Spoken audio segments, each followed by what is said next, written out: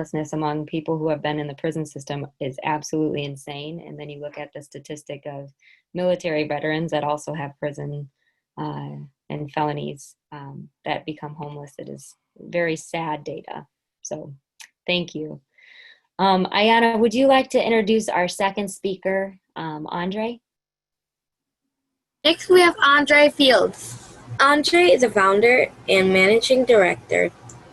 Interesting enough, Andrew is a father, and is the father of 4 children, but also has 4 degrees focusing on psychology.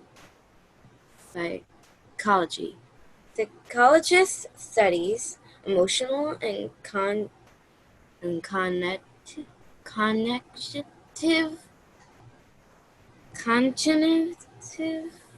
Cognitive. cognitive behaviors to help improve progress and behaviors. Welcome on, Andre. Thank you, Ayana. Good morning, everyone. My name is Andre Fields, and I'm here kind of representing myself, but also Grand Rapids Community College. I work there as an associate professor and a psychologist. I'm also an author of several books that relate to American racism and how it impacts the psychological functioning of various populations in this country. I'm also a founding director of a mentoring program for Black males. And over the years, most of my research has focused on, once again, the psychological impact of American racism. We all know American racism is a powerful force or a powerful energy in our culture.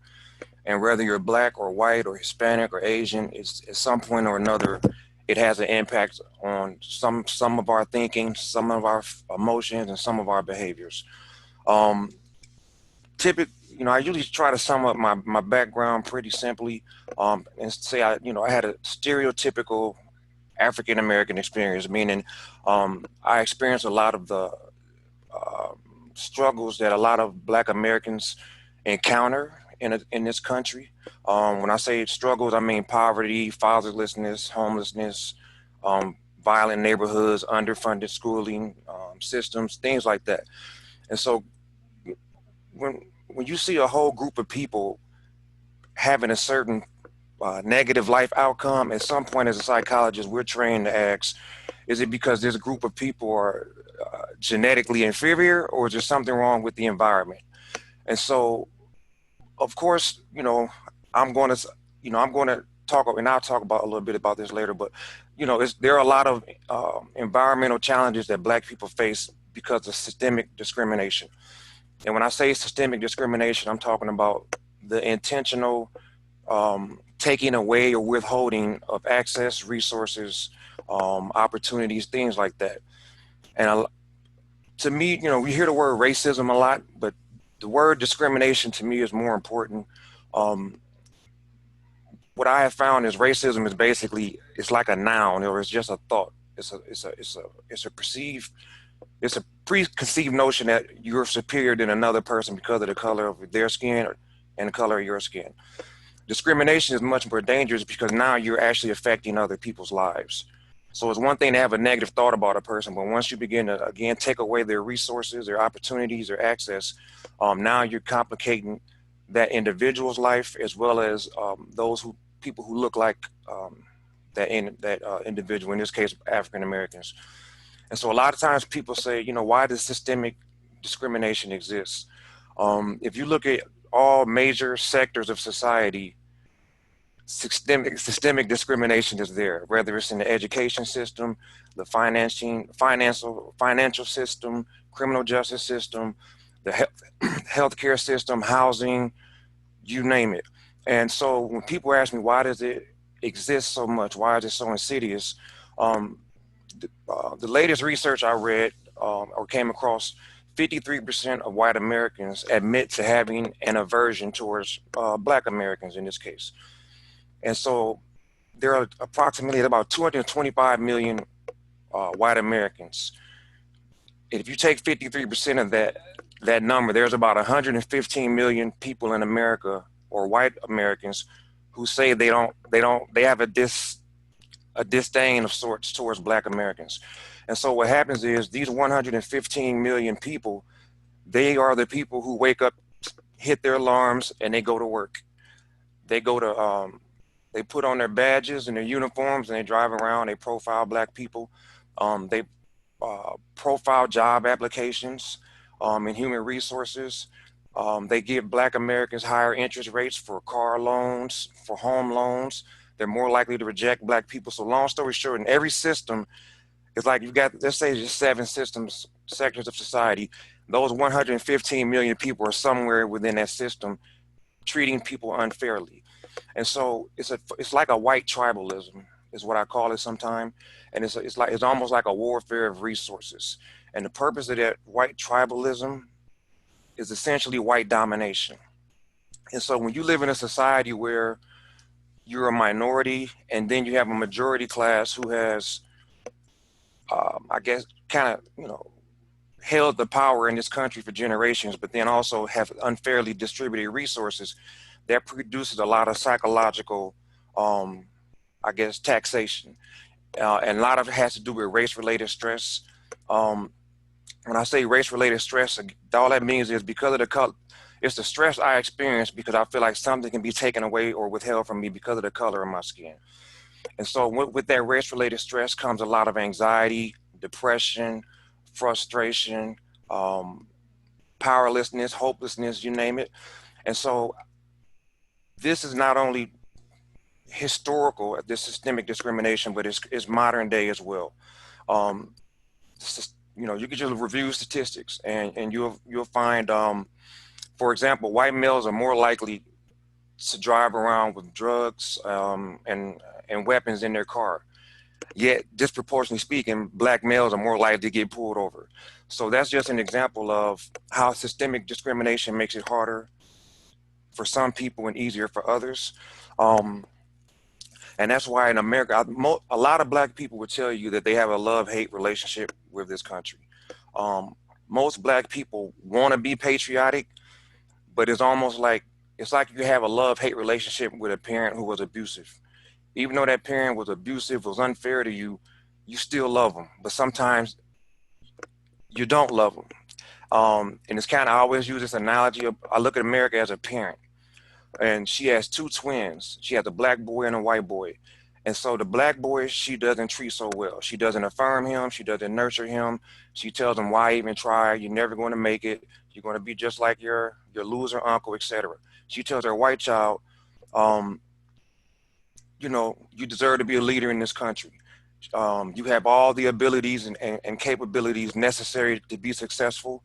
Just work hard and you'll get there. Then what that parent does, she sends those 2 little boys out into the world, and you can predict when they come back home, in the course of several years, you can predict who's more than likely to be successful.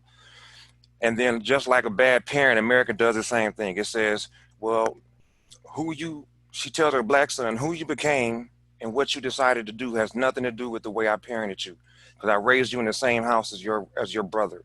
And so America, just like a bad parent, doesn't take responsibility for the fact that it hasn't been fair to its black citizens. And so I like to call it white America's burden. And this is kind of white America's burden. White America has this cognitive dissonance that it deals with. It says on one hand, yep, racism exists. I know it's not fair, but you still should be able to thrive just as well as me. In a superstructure that is strategically designed to hold you down. And so what I would say in closing, when I think about what needs to take place to make things better, I try not to blame. Sometimes I blame the victim, sometimes I blame the system. If you ask me whose fault it is or who is to be blamed for Black America's struggles socially, I'm going to blame American racism and systemic discrimination. At the same time, I'm going to hold Black America responsible for working and fighting to get out of that situation and improve their personal situations as a people. And so it's just like the parent. If you ask me whose fault is it that Mother America's Black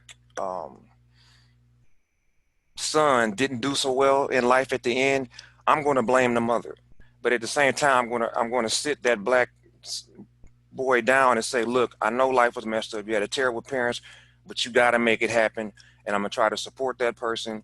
And I think that's what I'm saying when I say I hold both responsible. I blame the system, but I hold Black Americans responsible. So on that note, I'm done with my tangent. That was awesome, Andre. I feel like Thank you. you Thank you. provided a lot of knowledge and wisdom.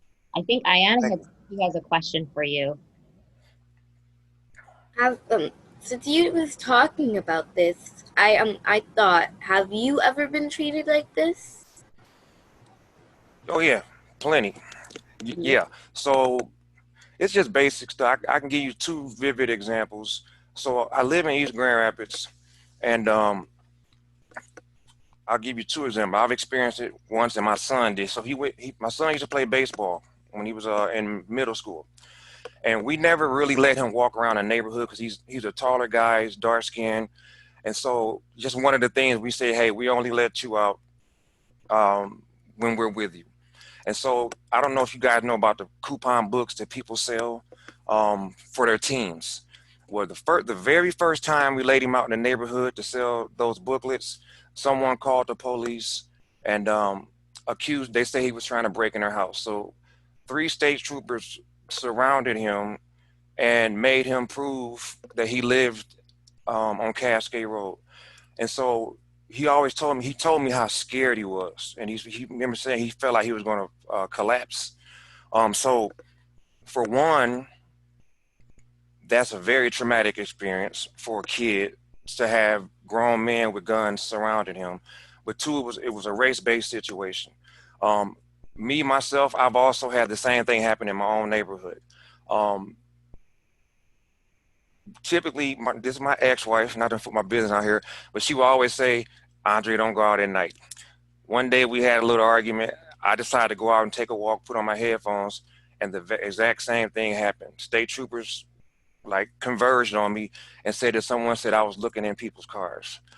I've been accused of stealing from stores. I've been like literally pulled over and made to show a receipt. Um, there's a notion that Black people have, or we're taught as Black people, that we have to do twice as much in order to keep up with the rest of society.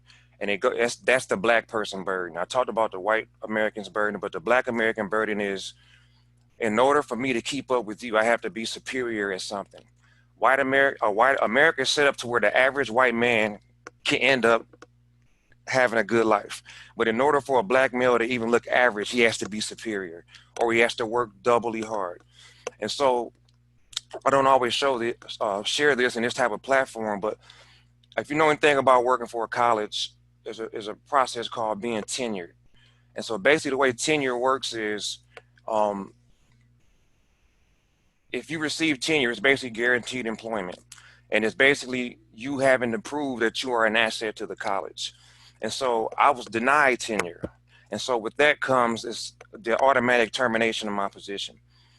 However, because I worked so hard, the higher ups overturned it.